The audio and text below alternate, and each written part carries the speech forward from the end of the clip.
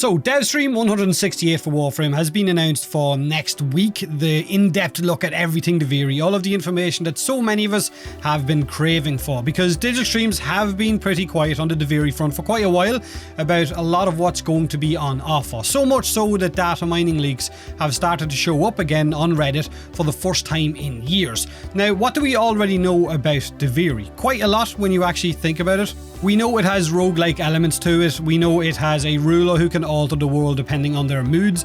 We know there is flying mounts, the crates, the horses. We know there is drifter melee combat, there is stealth, there is checkpoints in the world for when you die. There is no fishing, no mining, no bounties. We know there is a decree system or boon system, which you can see here, that gives you a choice of 3 select boons when completing tasks or quests out in the open world. We know that colour will bleed into the world when you do certain things. We know that you will gain void powers because of Lotus's chopped off hand falling from the sky in this world, but there is hopefully a lot that we don't know. But before we go any further, today's video is sponsored by Raid Shadow Legends, so a huge thank you for that. The massive hero collecting RPG played by over 80 million people worldwide. If you're not one of them, then what are you waiting for? It is available on both PC and mobile, and it's got over 650 heroes for you to collect, level and play to maximize those heroes' potential. Now, 3 of the reasons I've been playing Raid Shadow Legends and would highly recommend it over any other mobile game right now is the sheer amount of things that it has to offer. Like the massive amount of unique champions that you can collect that all come from different factions and all have their very own unique visuals, abilities and of course playstyles as well. They give you a lot of squad compositions to try out and eventually maximize so that you can run through dungeons with ease. There is a campaign with 4 different difficulties, which is the best way to level your heroes up. There is the dungeon boss runs to collect upgrade items from. There is clan bosses for you and your friends, right? Friends if you have any, or if not you just join a random clan to battle against, where you can get the best weekly rewards. You've got arena where you can go up against other players' groups. There are events running weekly and monthly that give you the great ways to collect upgradables as well as shards to unlock new heroes. Now, the Valentine's Day themed event for Raid is still running right now up until the 14th of March, where new players can download Raid from the link in the description of this video, copy your in-game ID and head over to raidlovequest.plarium.com for a chance to win some great in-game and real-life prizes, including Valentine's Day Raid themed champions and Amazon gift cards worth up to $1,000. But don't worry if you're an old Raid player, you can still use the promo code StValentines23, which will give you some pretty cool in-game items as well. So if you haven't started playing Raid yet, then click on my link in this video's description or scan the QR code on screen throughout the entirety of this video and you'll get unique bonuses worth up on $30, including this free epic champion Chonoru and other useful stuff as well. So what are you waiting for? Join in and play Raid today. So they've promised us an in-depth look at some of the things that we've already seen very small sneak peeks at already during TennoCon last year, like the Tenno melee combat, which we've seen during that 1v1 fight, which looked like you had to time your parries correctly in order to open the enemy up to do more damage to them.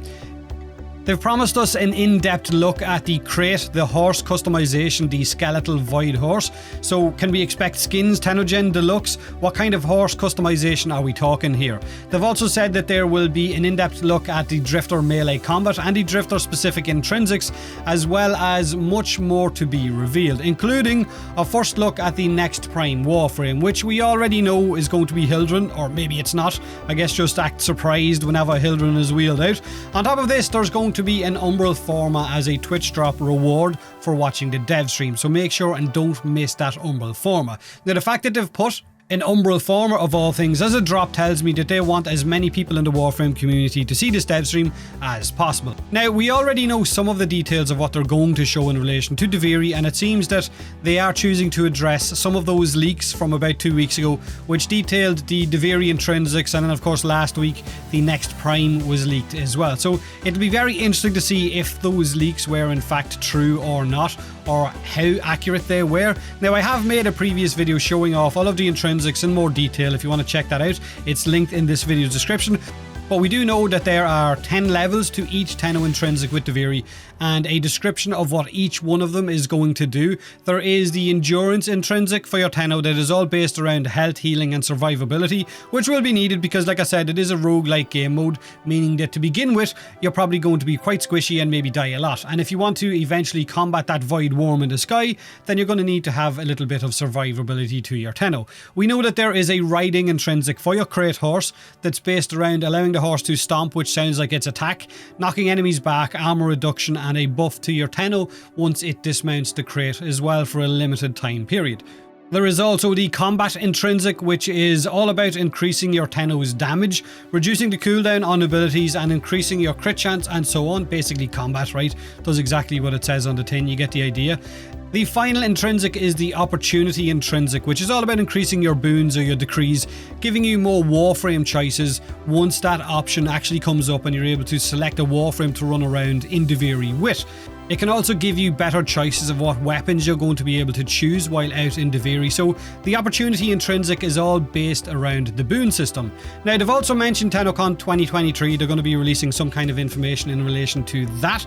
Now I'm pretty sure this will still be a digital event and not an in-person event like it used to be. Their offices have just fully reopened after COVID, so I'm not sure they've had enough time to plan and set up a full live event. I could be wrong, maybe I'm wrong, but I guess we'll know next week. But that's everything you can expect from the dev stream next week and what we know about Duviri so far. Like I said, hopefully there's a lot we don't know and they're going to showcase or go into way more detail next Friday with that dev stream. But let me know in the comment section what you're looking forward to with the dev stream next week. Have a great weekend and as always, thanks for watching.